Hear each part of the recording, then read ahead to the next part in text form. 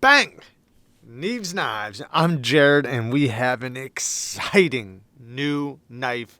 Now, all the details for the pre-order and all of that information, all the changes that are going to be made, so on and so forth, we will go towards the end. First, let's take a look at this. I did get to check this out at Blade Show, but now I get to do a more in-depth dive to it because there is a lot of details with this one. This one's so many details, and it is extremely, extremely well done.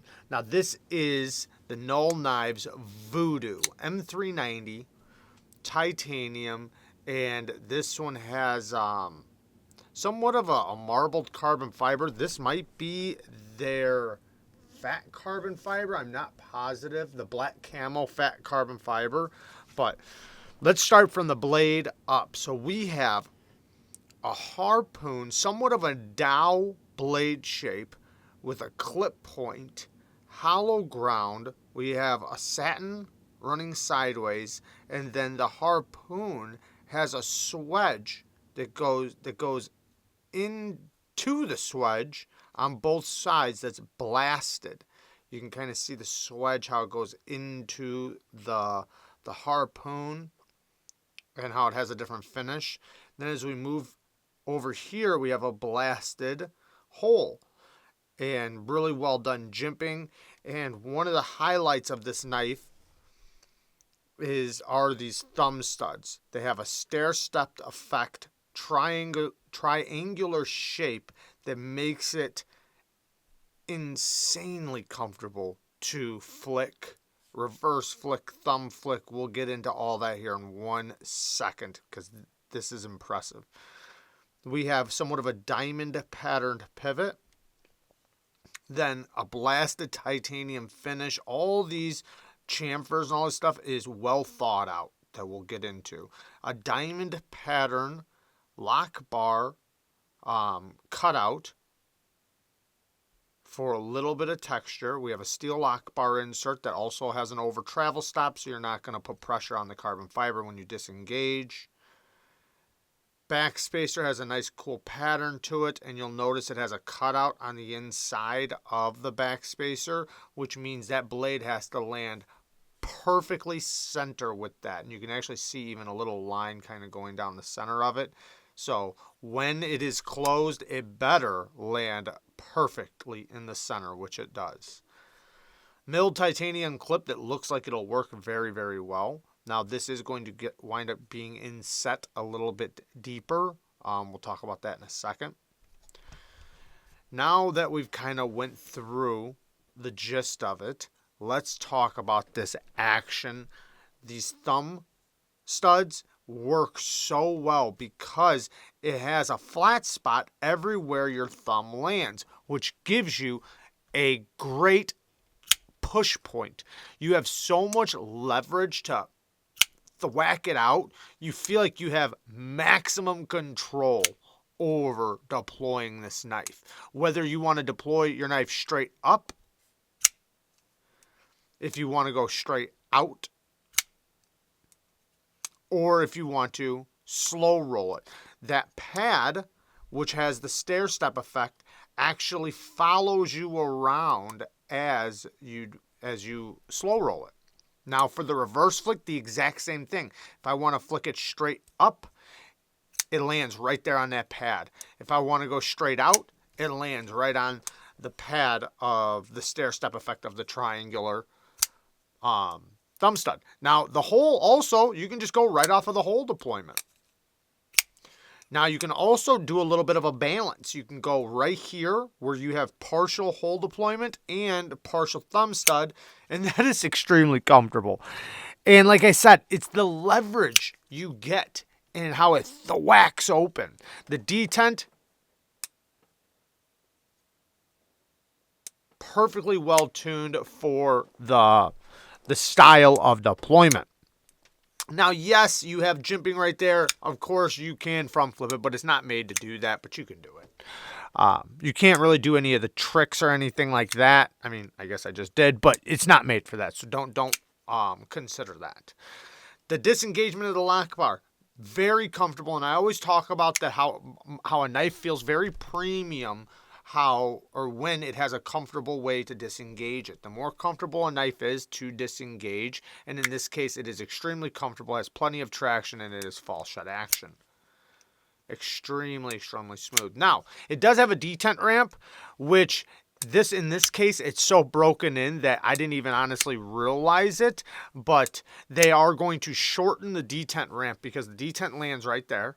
So when you disengage it, it rides the ramp until right there, but they're going to change that and make it a shorter detent ramp. Now, it is so well done that it kind of just feels like it falls, like there's no ramp almost, but now that I know it's there, I can tell. So, lots of details on this, but the comfort, this is extremely well executed. He thought everything out, from this little chamfer right here, or whatever you want to call this, to the room right here you have, to it getting thicker right here, to the positioning of the clip. Every bit of it just melts in your hand. I can't express how comfortable this is. Now, looking at it, you wouldn't think so. It really looks like it might be uncomfortable, but it is ever so comfortable.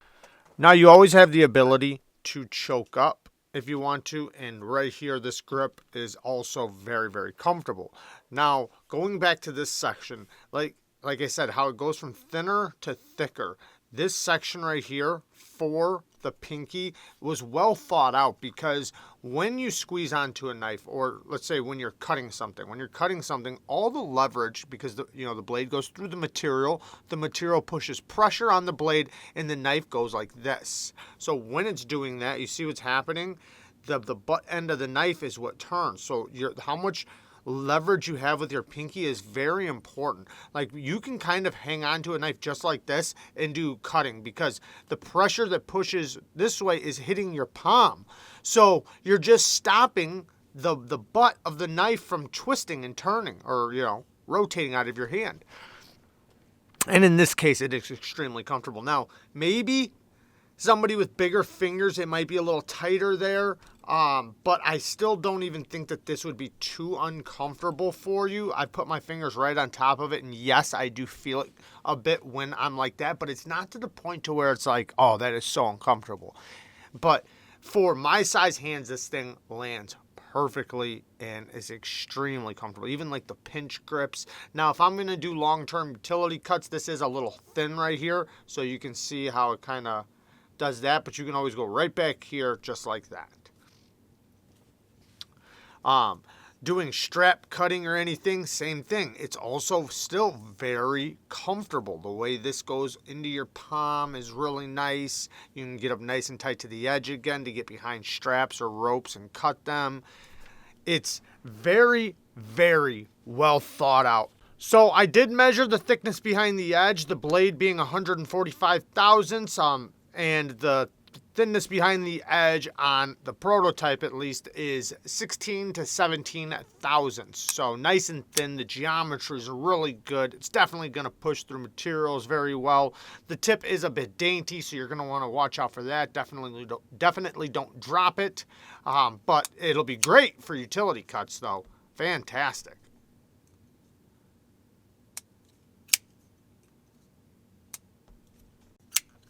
It's badass. It really is. This thing, he knocked it out of the park. Now, I do have a couple little complaints, and we're going to get into that stuff here in just 1 second. But first, let's take a look at some of the things that are going to be changed in the pre-order information for you guys. So, really quick, here's the pre-order information. So, you guys can pause and read that if you want to.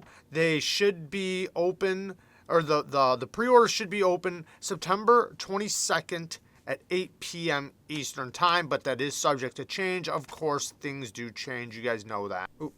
Be sure to follow on Instagram, so make sure, I'm going to link everything down in the description. You guys can follow him and keep up to date with everything, and you're going to want to. Now, he's going to have 500 for pre-order, and the pre-order will be open for 2 weeks or until it's sold out. So if you're wanting to get one of these, jump on it quick. You're going to have 4 different options available. You have the natural micarta for $345, blue micarta for the $355, black micarta for the $355, and then the black camo fat carbon fiber for $3.95. I'm guessing that's exactly what this stuff is. Now, let's move over here to the changes. So, one, the clip is going to be inset a little bit deeper. I'm not sure if it's because there's so much room underneath or because they want it to be a little less high, or maybe... So, I mean, there's no movement or anything, but they're also going to knock down this corner right here, which you can see on this one down here. You can see they're going to... The clip, a little sharp on the edge, chamfer will be added, which is cool. I haven't noticed anything until they, when I read this, I noticed it, but, yeah, it's a little sharp right there. That could be changed. All right, next thing, so the detent ramp. So it has a bigger detent ramp right now. They're going to make a little bit of a smaller one. That'll make it to where it's easier to get past. And then the next thing, we talked about the chamfer, and then the logo is going to be 25% smaller. That's right here, the logo. So they're going to make the logo a little bit smaller.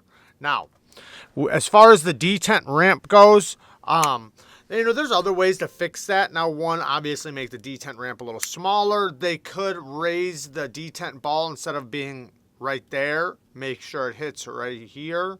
But anyways, they're going to figure it out. They got to figure out how they're going to do it. But making the detent nice and early when you disengage, even if you don't have a ramp, as long as the detent ball's early, that's what's good, because when you disengage it, it's already past the detent ball. And in this case, it hits it, but then they have the ramp. So when you hit it, you can easily swing past it. But they're going to fix that. But like I said, the way this one is, it's so broken in, it really doesn't matter. Now, my complaints, really quick. So, I have a couple. Actually, I really only have one. And the one complaint is, you guys probably already know of it because, if you guys watch my channel, you probably already know. Look at the plunge grind. The plunge grind starts here and it ends at the edge. I can actually see where this edge pushes out a little bit. I can feel it too.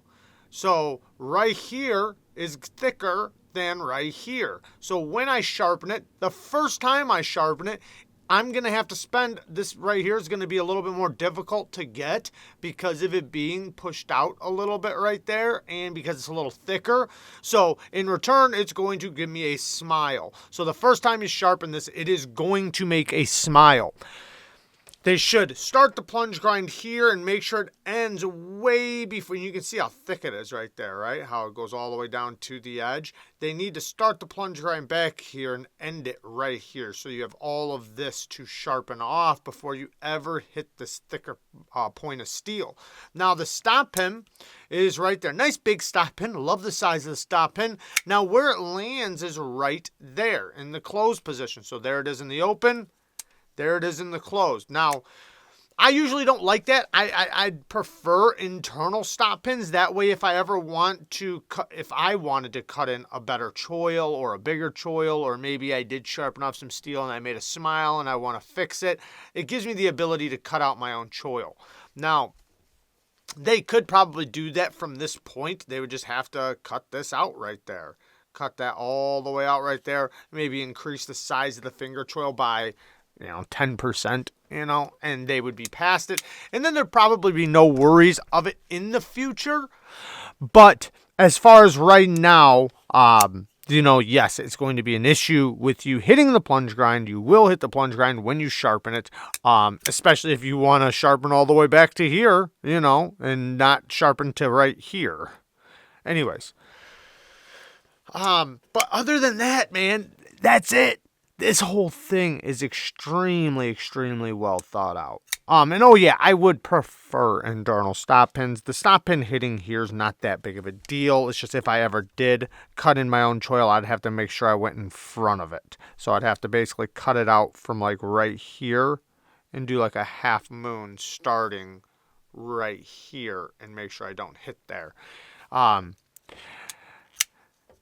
Well done though. The whole design feature, the way they did it, the way they executed it. The tip is going to be a little dainty because of the swedge. If it was straight down, it would have probably be a little bit more reinforcement. But the way it swoops up like that, it is very fragile. So is that a big deal? No, it's fine. But as long as you don't drop it, it shouldn't be an issue. So just don't do that. Just don't drop it on any concrete or tile, and you'll be just fine.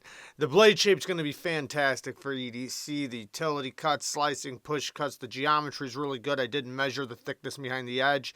The thickness behind the edge was 16 to 17 thousandths, so nice and thin behind the edge. The geometry is really good on this, so it's going to cut extremely well, especially considering the ergos you have. So there you guys go. Like I said, everything will be linked down in the description. Make sure you follow him on Instagram so you can keep up with the details and everything. And there you guys go. I love you guys. Thank you guys for watching. Peace.